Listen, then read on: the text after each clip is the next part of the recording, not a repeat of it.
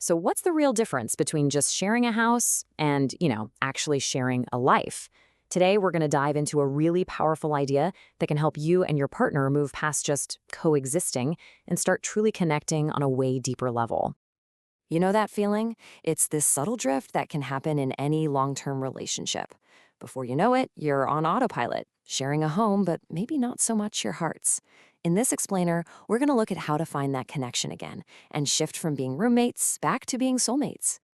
All right, so here's our game plan. First, we'll talk about that roommate rut. Then we'll introduce this awesome concept called a love map and why you've got to keep it updated. We'll also get into something called bids for connection, and then I'll walk you through a simple exercise you can try out. So what is this roommate rut really?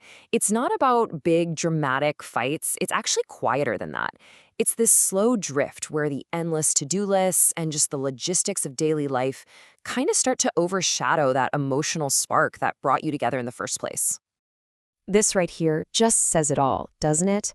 You know exactly how they take their coffee, but do you know what's really weighing on them? You've got their schedule memorized, but are you tuned in to their latest hopes and fears? That's the exact gap we're talking about. So the way out of this emotional drift, well, it comes from a really powerful concept in relationship therapy. It's called a love map. And you can think of it as your personal blueprint for rebuilding that deep, intimate connection. Think of it like this. A love map is basically a mental atlas of your partner's inner world. It's not just a bunch of facts about them. It's a living, breathing guide to their hopes, their fears, their dreams, the whole shebang. And the more detailed your map is, the stronger your connection is going to be. This story about a guy named Rory is such a perfect example of how easily a love map can get outdated. See, he was this brilliant pediatrician, totally saving lives at work. But at home, he was so checked out, he didn't even know the name of the family dog. And of course, it wasn't really about the dog's name. It was a huge red flag for a much deeper disconnect. And that really gets to the heart of it. If your love map is outdated, you're basically loving a ghost of who your partner used to be. You're not connecting with a person they are right now, today. Real love, it requires up-to-date information. And this brings us to a super important point. A love map isn't some project you finish and then you're done. No way. It's a living document, for the simple reason that people are always evolving. I mean, think about it. Life is just constant change, right? A new job, a health issue, having a baby, these huge life events completely reshape our inner worlds, and your love map has to evolve to reflect these new realities. Take Maggie and Ken. For years, Ken's love map of Maggie was this ambitious computer scientist. But after their daughter was born, Maggie's whole identity and priorities did a complete 180. For their marriage to work, Ken had to totally redraw his map to embrace this new version of Maggie. So this isn't about some quick fix. It's a lifelong commitment, really. It's about deciding to be a curious explorer of your partner's inner world, constantly updating your map as you both move through life together. Okay, so if updating the map is this ongoing thing, how do we, actually do it? Well, it's not about huge romantic gestures. It's about all those small, everyday moments that we so often just let slip by. The relationship expert John Gottman calls these moments bids for connection. A bid can be something tiny, like a sigh, a random comment about something they saw, or even just showing you a funny video on their phone. It's a subtle little invitation to connect, a doorway into their world.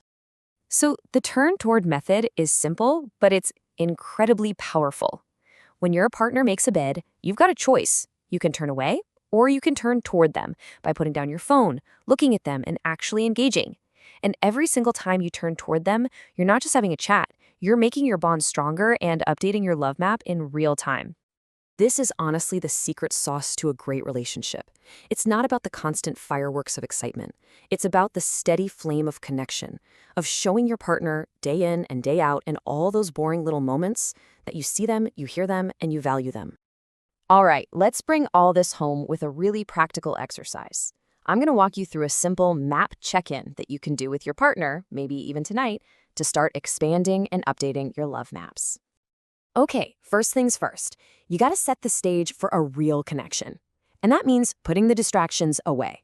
Yep, phones down, TV off. Just find a quiet, comfortable spot where you can give each other your full, undivided attention. Here are just a few sample questions to get the ball rolling. But remember, the point here isn't to grill your partner. It's to open a little window into their world. Ask things like, who's your best friend these days? Or what's been worrying you lately? Or what are you really hoping for this year?